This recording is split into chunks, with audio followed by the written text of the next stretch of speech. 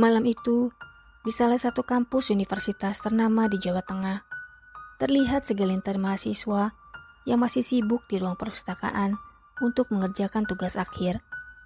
Di lorong lantai 3, Nina, seorang mahasiswi tingkat akhir, sedang menghela napas panjang di depan papan pengumuman. Skripsinya baru saja ditolak untuk ketiga kalinya. Nina merasa frustasi.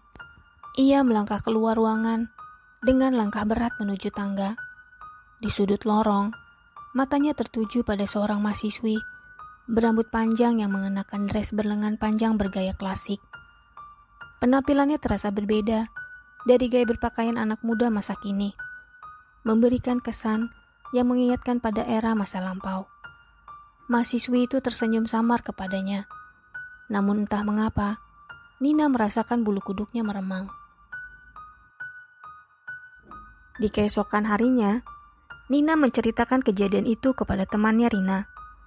"Mungkin itu mahasiswi lama yang masih suka bergaya jadul, Nin," ujar Rina sambil tertawa. Namun, Nina merasa ada yang aneh. Tapi kenapa dia muncul malam-malam di lantai 3? Dan dia tidak membawa apa-apa, jawab Nina. Masih teringat jelas sosok tersebut. Hari berikutnya, Nina kembali ke perpustakaan untuk menyusun ulang skripsinya. Ketika ia berjalan melewati lorong yang sama, ia mendengar suara langkah kaki di belakangnya.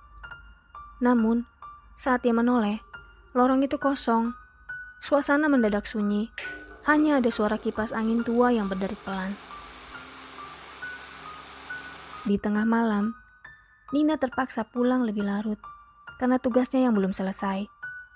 Saat menuruni tangga, ia kembali melihat mahasiswi bergaya jadul itu.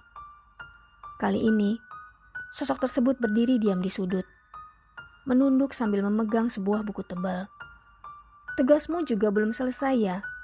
Nina mencoba menyapa, tetapi mahasiswi itu tidak menjawab. Perasaan Nina mulai tak tenang. Ia tiba-tiba teringat cerita lama yang sering dibicarakan di kampus. Seorang mahasiswi dari tahun 1980-an yang bunuh diri karena skripsinya selalu ditolak. Ia dikabarkan melompat dari lantai 3 setelah menulis catatan terakhir di ruang perpustakaan. Nina mencoba menenangkan diri. Namun, di hari-hari berikutnya, sosok mahasiswi itu semakin sering terlihat. Kadang-kadang ia tampak berjalan di lorong. Kadang-kadang duduk di bangku taman kampus, seperti mahasiswi normal lainnya. Tetapi selalu, pakaian jadulnya tampak mencolok di antara mahasiswa yang lain. Puncaknya, Nina melihat sosok itu di mimpinya. Dalam mimpi itu, mahasiswi bergaya jadul tersebut duduk di meja perpustakaan, menangis sambil berkata, "Aku tidak pernah selesai." Suara tangisannya terdengar memilukan, seakan-akan menyimpan rasa frustasi yang mendalam. Nina terbangun dengan napas tersengal. Ia menceritakan mimpinya kepada Rina, yang kini mulai merasa ketakutan juga. "Kita harus melakukan sesuatu, Nin. Mungkin itu arwah yang belum tenang," ujar Rina dengan nada bergetar. Bersama beberapa teman, Nina dan Rina pergi ke perpustakaan malam itu. Mereka membawa bunga melati dan doa yang ditulis di kertas kecil. Mereka menaruhnya di meja tempat mahasiswi itu sering terlihat. Saat doa selesai diucapkan, terdengar suara langkah kaki menjauh, dan ruangan mendadak terasa hangat. Setelah malam pembacaan doa itu, penampakan mahasiswi bergaya jadul tidak lagi terlihat. Namun, Nina tidak bisa melupakan sosoknya.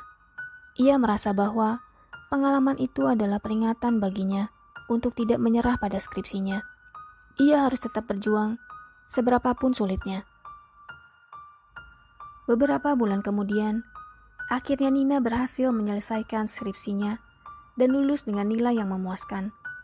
Saat wisuda, ia teringat mahasiswi itu, seolah sosok tersebut tersenyum bangga dari tempatnya di masa lalu. Kisah horor ini menjadi kenangan tak terlupakan di kampus, menjadi pengingat bahwa kegigihan adalah sebuah kunci kesuksesan.